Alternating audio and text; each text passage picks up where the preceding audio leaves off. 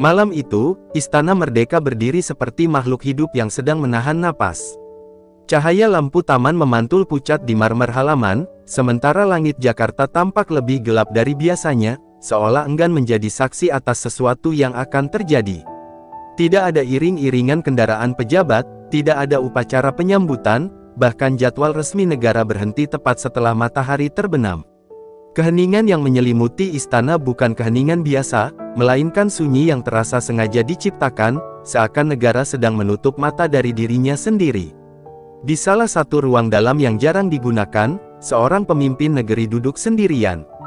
Jasnya tergantung rapi, dasinya telah dilepas. Di hadapannya terbentang meja kayu tua yang pernah menjadi saksi perundingan penting lintas zaman, menyimpan bekas ketukan tangan para pendahulu. Tatapannya terarah pada lukisan besar proklamasi kemerdekaan.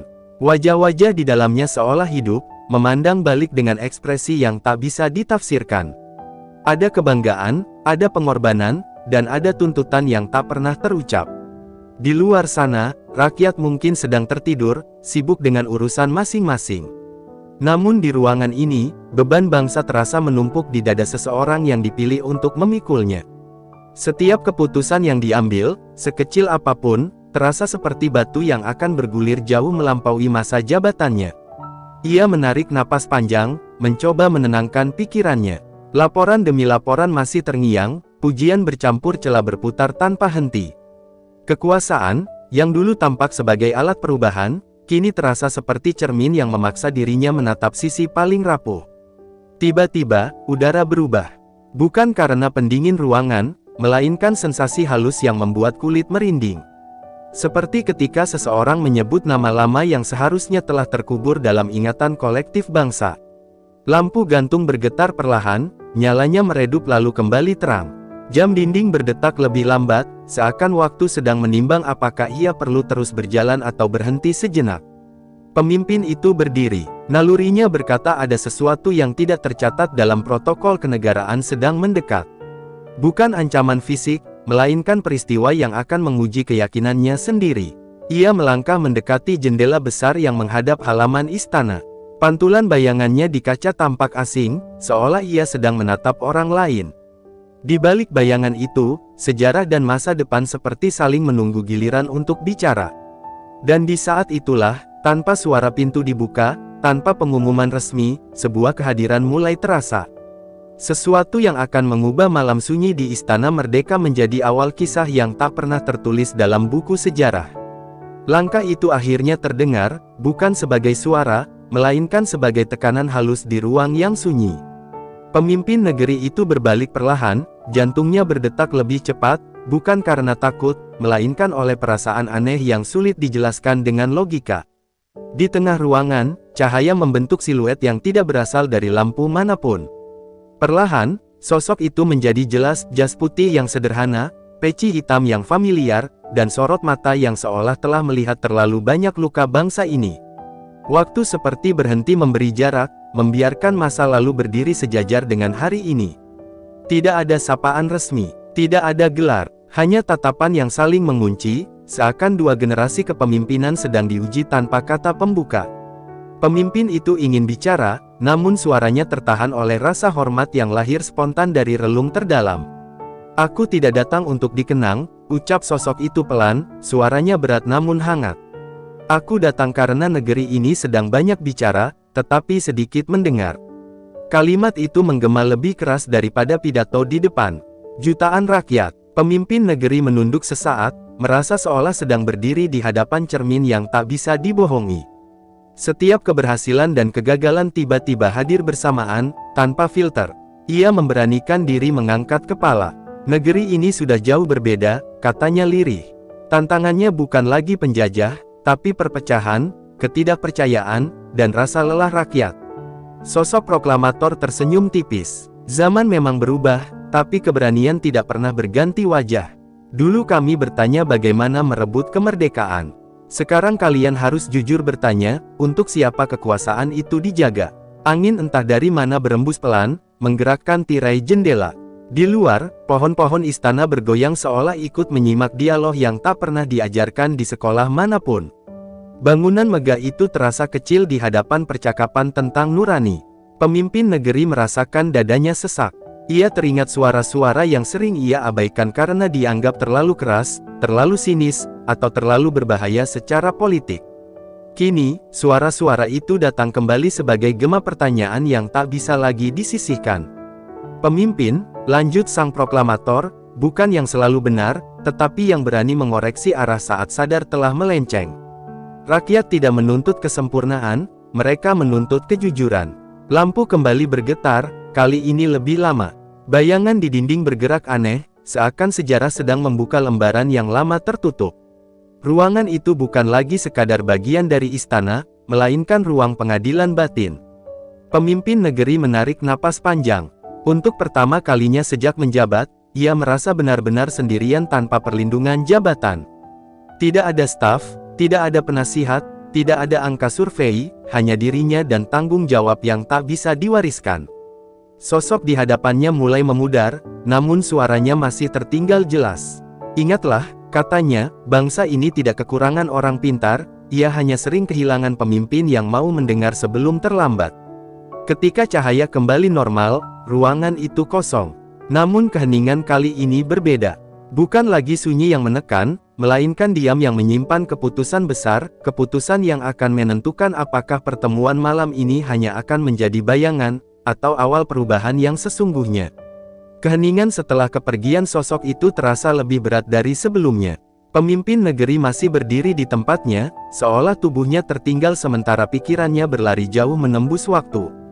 Ruangan yang sama kini tampak berbeda, seperti menyimpan rahasia yang baru saja disematkan ke dinding-dindingnya.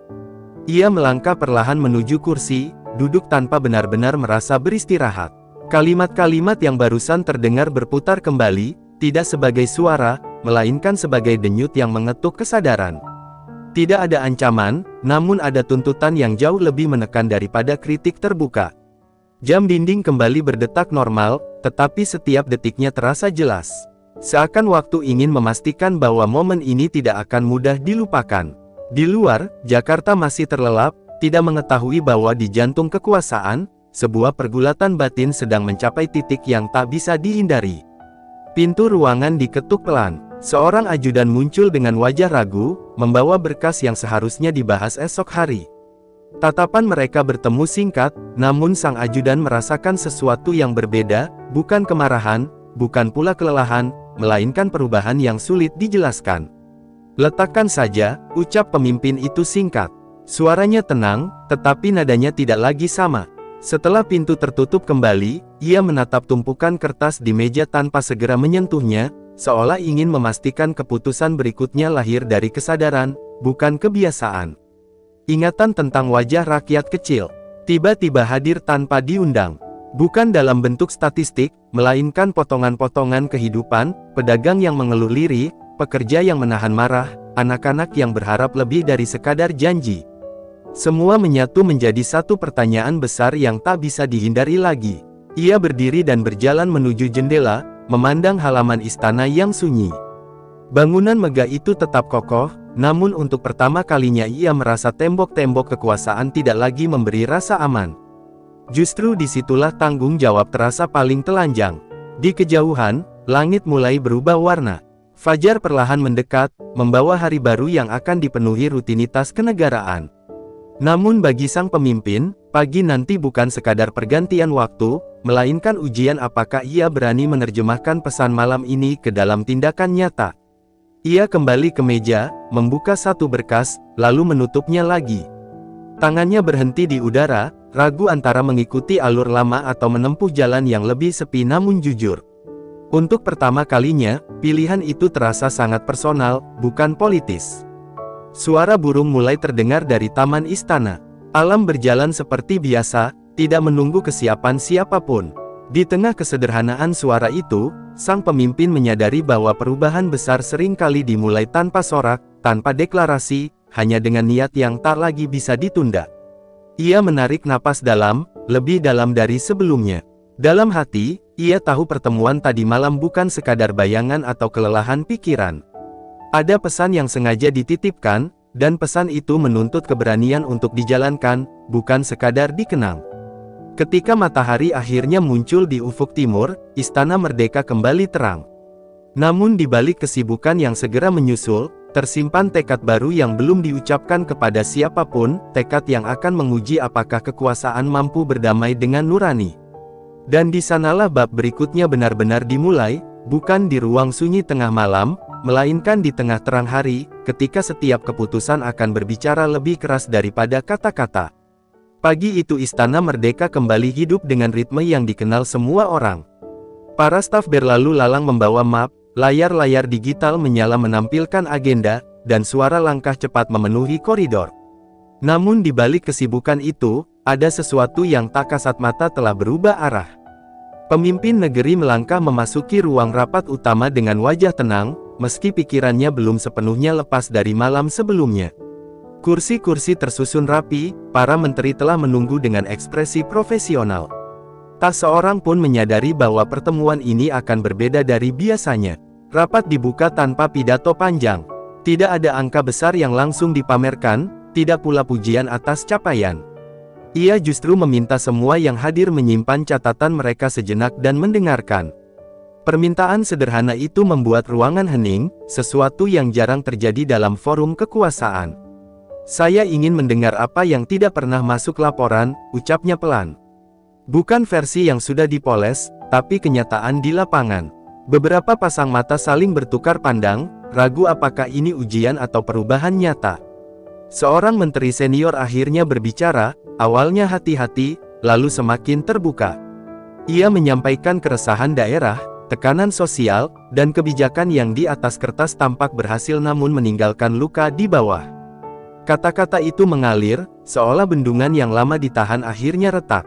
Pemimpin negeri tidak menyela. Ia mendengarkan dengan saksama, mengingat pesan tentang keberanian untuk mendengar sebelum terlambat.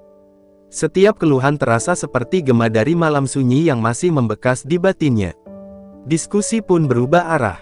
Bukan lagi tentang mempertahankan citra, melainkan tentang memperbaiki jalur. Ada ketegangan, ada perbedaan pendapat, namun untuk pertama kalinya, perbedaan itu tidak ditutupi senyum diplomatis. Di luar ruang rapat, kabar mulai beredar.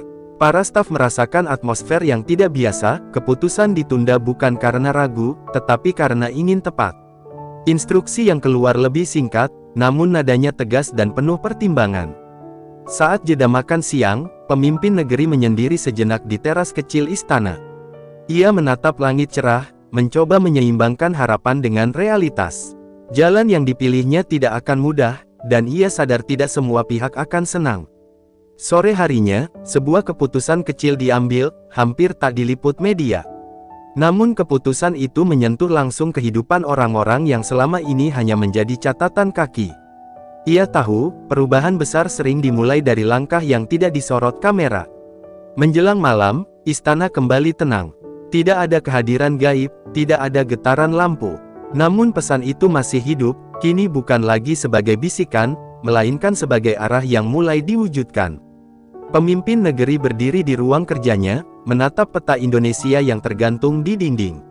Ia tersenyum tipis, bukan karena puas, melainkan karena akhirnya berani melangkah. Ia paham, ujian sesungguhnya baru saja dimulai. Dan di balik tembok Istana Merdeka, sejarah kembali bergerak pelan, bukan dengan gemuruh, melainkan dengan pilihan-pilihan sunyi yang kelak akan menentukan wajah bangsa di masa depan. Keputusan-keputusan kecil yang diambil hari itu mulai menimbulkan gelombang halus. Tidak langsung terlihat di layar berita, namun terasa di ruang-ruang yang jarang disorot kamera.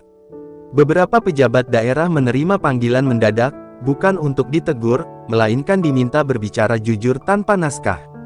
Di Istana Merdeka, suasana kerja berubah tanpa pengumuman resmi. Tidak ada slogan baru, tidak pula pernyataan bombastis. Yang berubah justru cara bertanya. Setiap laporan kini disambut dengan satu kalimat yang sama, siapa yang paling merasakan dampaknya. Sebagian orang menyambut perubahan ini dengan harapan, sebagian lain dengan kecemasan. Ada yang terbiasa berlindung di balik prosedur, ada pula yang mulai khawatir karena kenyamanan lama perlahan digeser. Kekuasaan memang selalu ramah pada rutinitas, namun sering alergi terhadap kejujuran. Di ruang kerjanya, pemimpin negeri membaca ulang catatan lama yang pernah ia abaikan. Kritik-kritik yang dulu dianggap bising kini terbaca seperti peringatan dini. Ia menyadari, banyak masalah membesar bukan karena tak diketahui, melainkan karena terlalu lama ditunda. Sore itu, ia memanggil seorang penasihat lama yang jarang dilibatkan dalam keputusan strategis. Percakapan mereka berlangsung singkat namun dalam, membahas batas tipis antara keberanian dan kecerobohan. Tidak ada yang saling meyakinkan, hanya saling mengingatkan. Di luar istana, perubahan kecil mulai terasa. Sebuah kebijakan ditinjau ulang, sebuah proyek dihentikan sementara, sebuah dialog dibuka kembali. Tidak semua pihak puas, namun setidaknya ada sinyal bahwa negara sedang mencoba mendengar, bukan sekadar berbicara. Malam kembali turun, membawa suasana yang lebih tenang dibanding beberapa hari sebelumnya. Pemimpin negeri duduk sendirian, bukan untuk mencari kehadiran lain, melainkan untuk menakar langkah berikutnya. Ia sadar, pertemuan malam itu tidak akan terulang, dan memang tidak perlu. Di benaknya, suara sang proklamator kini tidak lagi terdengar sebagai gema, tetapi sebagai prinsip. Setiap keputusan diuji dengan satu pertanyaan sederhana, apakah ini memudahkan rakyat, atau hanya merapikan kekuasaan? Ia membuka jendela, membiarkan udara malam masuk tanpa penghalang. Lampu-lampu kota berkelip seperti ribuan mata yang berharap, menuntut, sekaligus memberi kepercayaan. Beban itu berat, namun untuk pertama kalinya terasa jujur. Di kejauhan, suara sirene samar terdengar, mengingatkannya bahwa kehidupan berjalan tanpa menunggu hasil rapat atau pidato. Bangsa ini hidup dari kerja orang-orang yang jarang disebut, dan disitulah ukuran keberhasilan sesungguhnya berada. Menjelang tengah malam, ia menuliskan beberapa kalimat di buku catatan pribadinya. Bukan arahan resmi, melainkan pengingat untuk dirinya sendiri agar tidak kembali pada pola lama saat tekanan datang. Istana Merdeka kembali sunyi, namun bukan sunyi yang menekan. Ada ketegangan yang sehat, seperti sebelum sebuah perjalanan panjang dimulai. Tidak ada jaminan keberhasilan, hanya komitmen untuk tidak lagi berpaling. Dan di balik dinding-dinding yang menyimpan banyak rahasia bangsa, bab ini menutup dengan satu kesadaran penting, perubahan sejati tidak lahir dari kejadian luar biasa, melainkan dari keberanian menjaga nurani tetap hidup di tengah kekuasaan. Hari-hari berikutnya berjalan dengan tempo yang terasa asing bagi banyak orang di lingkar kekuasaan. Tidak ada gebrakan besar yang diumumkan, namun arah angin di Istana Merdeka jelas berubah. Setiap keputusan kini melewati jeda, seolah negara sedang belajar menimbang ulang langkahnya sendiri. Beberapa tokoh lama mulai gelisah. Mereka terbiasa bergerak cepat dengan keyakinan bahwa waktu selalu berpihak pada yang berkuasa. Kini, kehati-hatian justru menjadi mata uang baru, dan tidak semua orang siap membayarnya. Pemimpin negeri menyadari bisik-bisik itu. Ia tidak menanggapinya dengan penyangkalan atau pembelaan. Ia memilih diam, membiarkan waktu menguji ketulusan arah yang sedang ditempuh. Dalam diam itu, justru tekadnya semakin mengeras. Suatu siang, laporan dari daerah terpencil tiba tanpa melalui jalur biasa. Isinya sederhana, ditulis tanpa bahasa resmi, namun syarat kejujuran. Tentang jalan rusak yang tak pernah selesai, tentang janji yang berulang tanpa wujud, tentang harapan yang mulai menipis.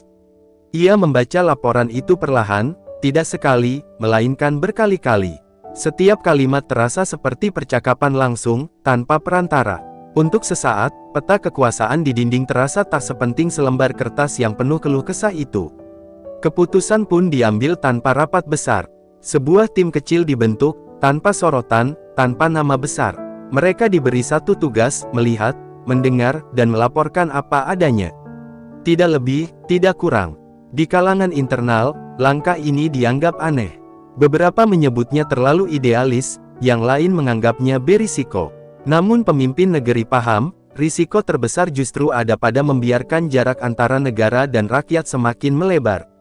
Sore hari di istana terasa lebih sunyi dari biasanya. Ia duduk menatap halaman yang pernah menjadi saksi banyak peristiwa penting. Di benaknya, muncul pertanyaan lama dengan makna baru, apakah kekuasaan ini masih menjadi alat, atau telah berubah menjadi tujuan? Bayangan malam pertemuan itu kembali melintas, bukan sebagai sosok, melainkan sebagai rasa tanggung jawab yang tak bisa ditanggalkan. Ia sadar, pesan itu bukan untuk mengubah satu kebijakan, melainkan cara berpikir seluruh kepemimpinan. Hari berganti dengan cepat. Beberapa hasil awal mulai terlihat, kecil namun nyata. Sebuah keluhan dijawab, sebuah proses dipangkas, sebuah keputusan direvisi. Tidak semua berhasil, tetapi kegagalan kini tidak lagi disembunyikan. Pemimpin negeri menerima laporan-laporan itu dengan sikap yang sama, tidak defensif, tidak pula puas. Ia tahu, perjalanan ini panjang, dan godaan untuk kembali pada cara lama akan selalu ada. Menjelang malam, ia kembali membuka buku catatan pribadinya. Ia menuliskan satu kalimat pendek, seolah menegaskan sumpah pada dirinya sendiri, kekuasaan boleh memberi arah, tetapi nurani yang menentukan tujuan. Di luar istana, Merdeka tetap berdiri megah, diterpa cahaya lampu kota. Namun di dalamnya, sebuah perubahan senyap sedang berakar.